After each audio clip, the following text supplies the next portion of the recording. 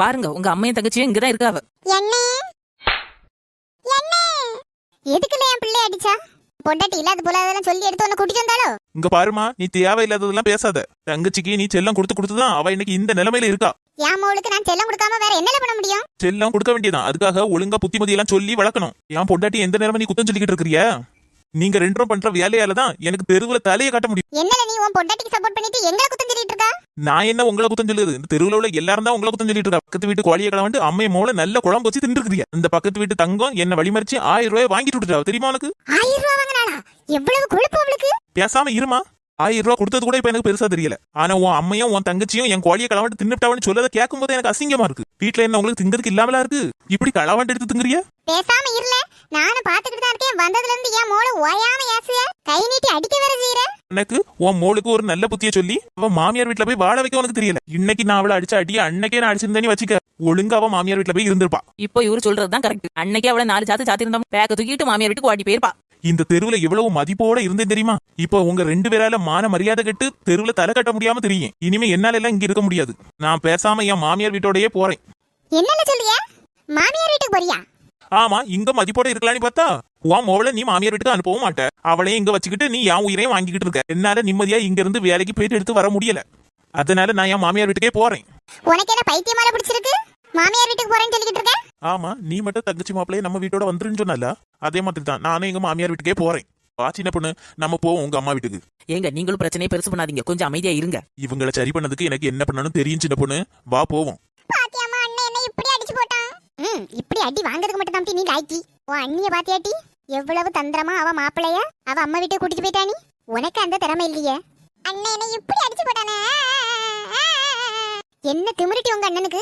ஏன் முன்னாடியே உன்னை கை நீட்டி அடிச்சு விட்டானே? போமா, இப்ப மட்டும் என்னமோ கோவமா பேசுற மாதிரி பேசுய. அண்ணன் அடிக்கும்போது நீ தானே நின்னு பாத்துக்கிட்டு இருந்த. ஒரு வார்த்தை எடுத்து நீ கேட்டியாமா? ஆமா, நீ எங்க கேப்ப? எங்க கேட்டா நம்ம மோனும் மருமோனும் சேர்ந்து அடியில விழுத்துருவாளோன்னு பயந்து நின்றுப்ப. சரியான பயந்தாங்கொல்லிமா நீ. ஏட்டி, உனக்கு தான் பேச தெரியும், நீ பேசாதட்டி. நான் ஒன்னும் பயந்தாங்கொல்லி இல்ல. உங்க அண்ணன் உன்னை அடிச்சதும் எனக்கு அவன் மேல கோவம் பயங்கரமா பொத்துக்கிட்டு வந்துச்சு தெரியுமாட்டி. வீட்டுக்குள்ள மட்டும் இருந்திருந்தேன்னு வச்சுக்கியா, இந்நேரம் உங்க அண்ணனை அடி அடி அடிச்சு பின்னி எடுத்திருப்பேன்.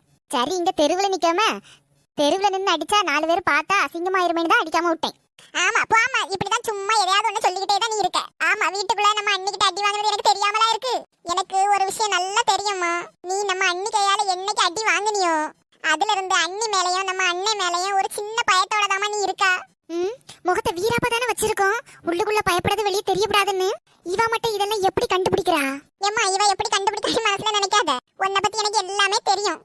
என் மோவையும் என் மோளை கை நீட்டி அடிச்சதும் எப்படி என் கை காலெல்லாம் நடுங்கி போச்சு தெரியுமா? எப்படியோ நான் அடி வாங்காம தப்பிச்சிட்டேன். காசு, பணம், துட்டு, மணி மணி. எவாட்டியவா பாட்டு பாடிட்டு கிடக்கவா? நம்ம வீட்டு முன்ன பாருமா, அந்த தங்கம் தான் டான்ஸ் ஆடி பாட்டு பாடிட்டு இருக்கு. இந்த தங்கத்துக்கு எவ்வளவு திமிரு இருந்துன்னா இப்படி ஆள் இல்லாத வீட்டு முன்ன கிடந்து டான்ஸ் அடிச்சு கிடப்பா. எம்மா, அவசரப்பட்டு போவாத, கொஞ்சம் பாட்டு எடுத்து போம்மா. யாமட்டி போற என்ன போவாதன்னு சொல்லிட்டு இருக்க? எம்மா, கொஞ்ச நேரத்துக்கு முன்னாடி தானே அந்த தங்கத்துக்கு கையால அடியும் மிதியும் வாங்கணும். இப்ப நீ திரும்பவும் போய் அடி வாங்கிட கூடாதுலாமா? அதுக்கு தான் சொல்றேம்மா. லேட்டி, இன்னும் என்ன நீ பயந்தாங்கொல்லி நீ நினைச்சுக்கிட்டு இருக்கறியோ? எம்மா, நீ பயந்தாங்கொல்லி இல்ல, தைரியமான ஆளுதான். ஆனா நீ அண்ணி கையால தானமா அடி வாங்கினா. ஆனா அந்த யானை தங்கத்துக்கு கையால அடி வாங்கின எனக்கு தான் தெரியும் அதோட வலி எல்லாம். அரட்டி, அந்த தங்க வந்து உன்கிட்ட வாலாட்டின மாதிரி எல்லாம் என்கிட்ட ஒன்னும் வாலாட்ட முடியாது. கைய வாங்கினானே வச்சுக்க, கைய முறிச்சு கையில கொடுத்துருவேன். காலை நீட்டான காலை முறிச்சு அடுப்புக்கு வச்சிருவேன். பாத்துக்க. நான் பின்னாடி வாரதா இருந்தா வா, இல்லனா இங்கனே கெட. என் தாயனும் கோயிலை காக்க மறந்துட்ட பாவி அடி கிளியே.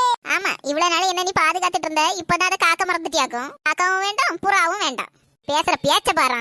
பேட்டி எங்க? எங்க அம்மாவுக்கு நான் பாசமா பேசுறது வர வர பிடிக்கவே மாட்டேங்குது. காசு, பணம், துட்டு, மணி மணி. ஏய், காசு, பணம், துட்டு, மணி மணி. ஏய், காசு, பணம். ஏட்டி தங்கம், உனக்கு எவ்வளவு திமிரு இருந்தா இப்படி என் வீட்டு வாசம் முன்ன நின்னு ஆட்டம் போட்டுட்டு இருப்ப? நான் டான்ஸ் தான் ஆடுறேன். ஒன்ன மாதிரி மருமக கையால அடி வாங்கலையே. ஏ கடவுளே, என் மருமக கையால நான் அடி வாங்கினது கூட எனக்கு வலிக்கல. ஆனா அவ அடிச்சதை இவ பாத்துட்டாலே எனக்கு அதுதான் பெரிய பிரச்சனையா இருக்கு. எஃப்எம் ரேடியா மாதிரி ஊரு பூரா தெரு பூரா சொல்லி தம்பட்ட அடிச்சிருவாளா? இல்ல தாயக்கா, நீங்க அடி வாங்கினது நம்ம ஊரு பூரா எல்லாத்துக்கும் தெரிஞ்சாச்சு.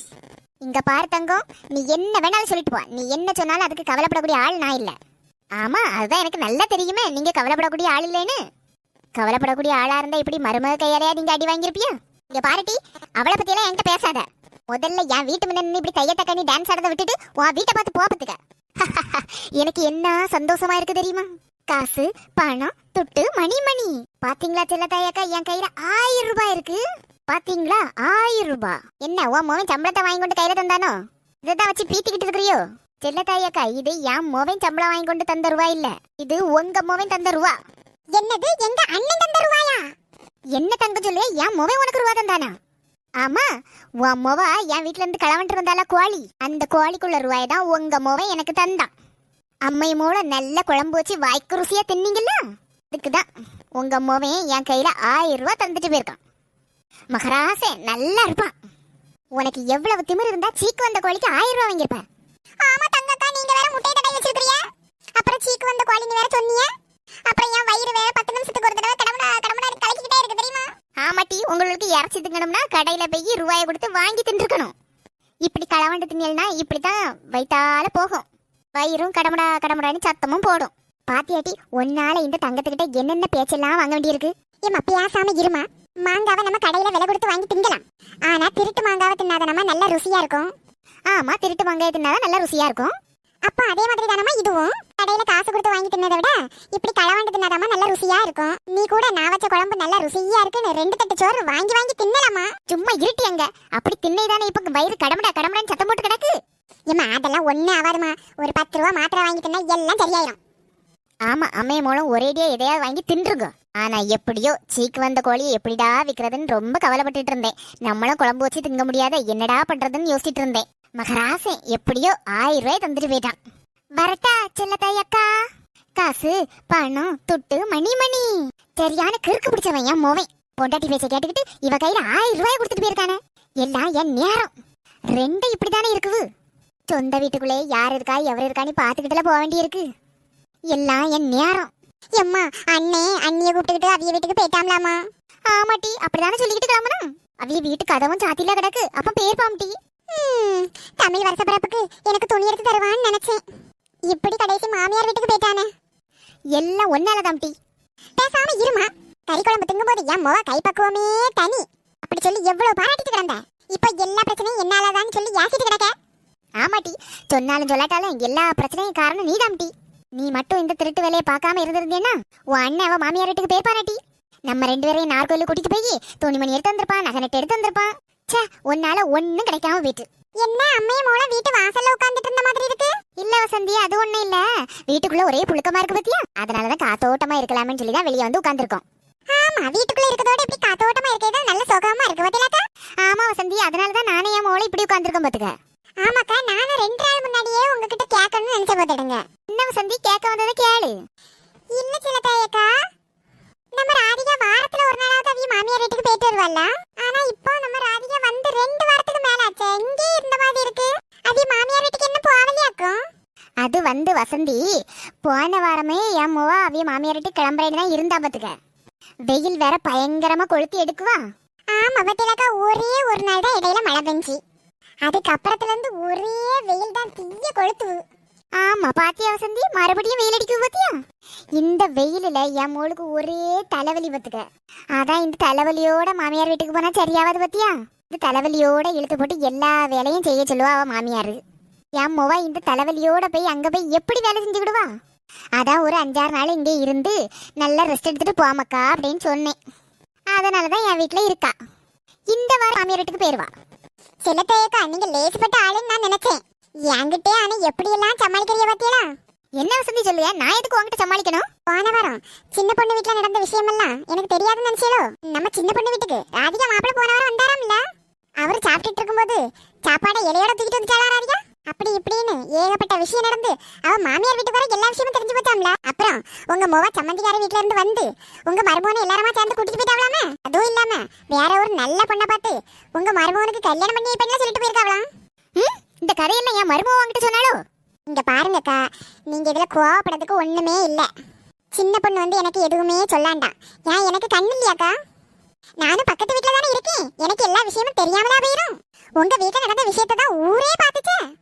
என்னது, ஊர்ல உள்ள எல்லாரும் பார்த்தாவளா? நம்ம சிம்ரனக்கா தான் என்கிட்ட சொன்னாங்க.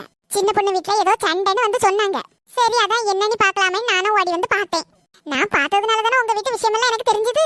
நீங்க உங்க வீட்டு விஷயத்த மட்டும் மூச்சு வெளியே விட மாட்டேங்கிறீங்களே. எங்க வீட்ல ஏதாவது பிரச்சனைனா மட்டும் என்கிட்ட தொலைச்சி கேப்பியல. உன் மாப்பிளைக்கு உனக்கு சண்டையா, நீ உன் மாப்பிளைய அடிச்சியா, இல்ல உன் மாப்பிளை உன்னை அடிச்சானா அப்படின்னு 1008 விஷயம் என்கிட்ட கேப்பியல. இப்ப நான் மட்டும் உங்க வீட்டு விஷயத்தை தெரிஞ்சுக்கிட்டே கேட்டதுக்கு எப்படி எல்லாம் அனுப்புறிய? இங்க பாரு வசந்தி, சும்மா அப்படியே என் வீட்ல மட்டும்தான் பிரச்சனை நடக்கும்னு நினைக்காத. வீட்டுக்கு வீடு வாசப்படி. எல்லார் வீட்லயும் மாமியார் மருமக பிரச்சனை உண்டு. நீயும் ஒரு வீட்ல மருமகதான், ஞாபகம் வச்சுக்க. எனக்கெல்லாம் நல்லாவே ஞாபகம் இருக்கு. உங்கள மாதிரி எல்லாம் எங்க மாமியாரும் இருக்க மாட்டாங்க. கொஞ்ச நேரத்துக்கு முன்னாடி இந்த பாத்திமா உங்களுக்கு வந்து பிரியாணி தந்தாலாமா? இந்த பாத்திமாளுக்கு அதே மாமியாருக்கு நீங்க சண்டை முட்டியோட பாத்தீங்களாமா? ஐயோ, இந்த பாத்திமா பிள்ளை இவங்க கிட்ட போய் எல்லா விஷயத்தையும் சொல்லியிருக்கோ. என்னக்கா ஒரு மாதிரி பாக்குறிய? அந்த பாத்திமாவை தான் வர வழியில பாத்துட்டு வரேன். அவ எல்லா விஷயத்தையும் என்கிட்ட சொல்லிட்டு தான் போறா. அவ உங்களுக்கு நீ கொண்டு வந்த பிரியாணியையும் என்கிட்ட தந்துட்டே போயிட்டா. நான் கூட அதை இப்பதான் சாப்பிட்டு வந்தேன். என் கையில வேற பிரியாணி வாசம் அப்படி அடிக்குது. வேணா மணத்தி பாருங்க. பாத்தீங்களா, சிக்கன் பிரியாணி வாசம் நல்லா வருதுல. அடச்சி போத்துற. ஏக்கா, நீங்களும் உங்க மோளும் பிரியாணி திங்க முடியலன்னு வயிற்றுச்சல்ல இருக்கிறீங்களோ? நானும் என் மாமியாரும் பிரியாணியை ஒரு பிடி பிடிச்சிட்டோம் தெரியுமா? லெக் பீஸ் எல்லாம் இருந்துச்சு, இதுல பொரிப்பு வேற செமையா இருந்துச்சு தெரியுமா? இந்த வசந்தி அக்கா வேற வயிற்றுச்சல கிளப்புறாவ. அம்மா, தயவு செஞ்சு இந்த வசந்தி அக்கால இங்க இருந்து கிளம்ப சொல்லுமா உடனே. எனக்கு வயிற்றுச்சல் பொங்கி பொங்கி வருது.